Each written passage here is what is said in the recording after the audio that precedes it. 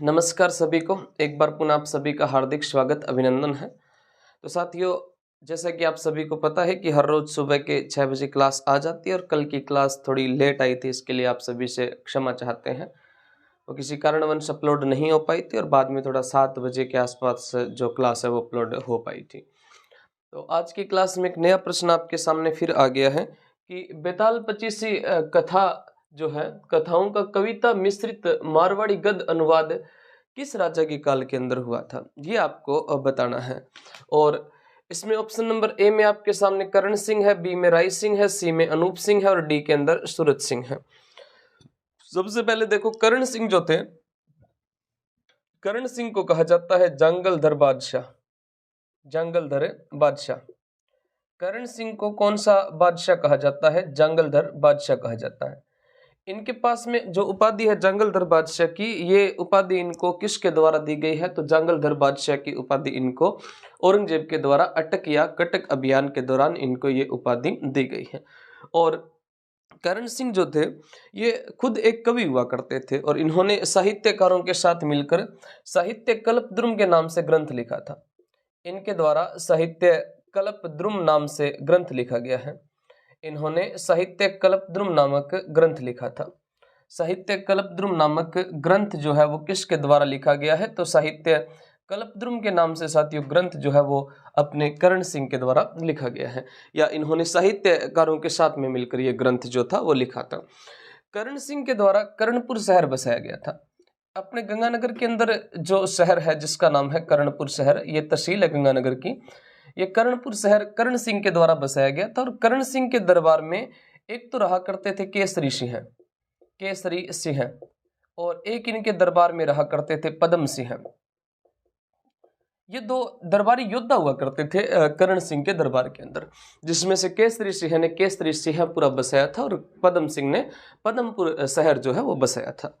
इसके अलावा राय सिंह, राय सिंह जो है, इस राय सिंह में ध्यान रखना कि इन्होंने एक तो राय सिंह नगर शहर बसाया था।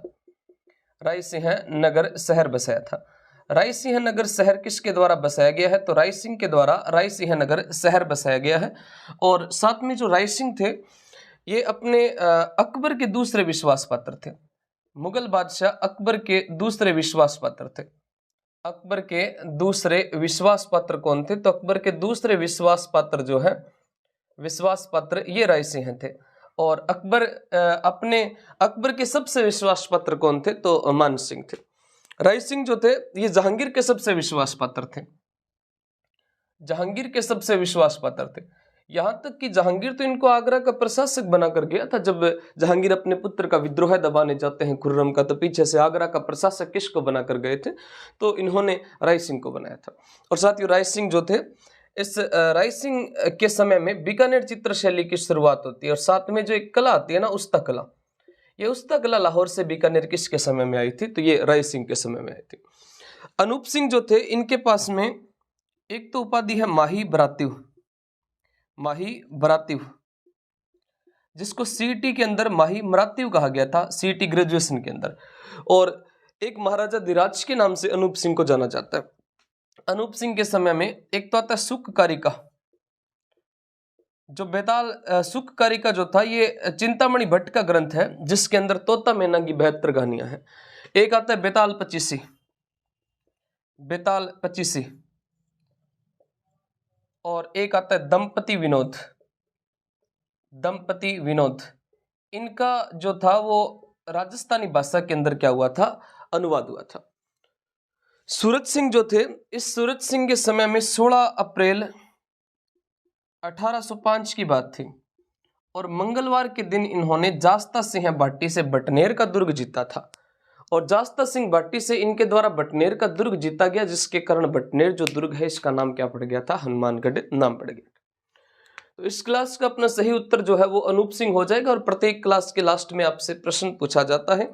उसी कड़ी के अंदर हम आपसे एक प्रश्न पूछ लेते हैं कि गंगा सिंह के गुरु का नाम क्या था? गंगा सिंह के प्रारंभिक गुरु, गंगा सिंह के प्रारंभिक गुरु जो थे, इनका नाम बताइएगा। और मिलते हैं नेक्स्ट क्लास में, तब तक के लिए धन्यवाद। जय हिंद, जय भारत।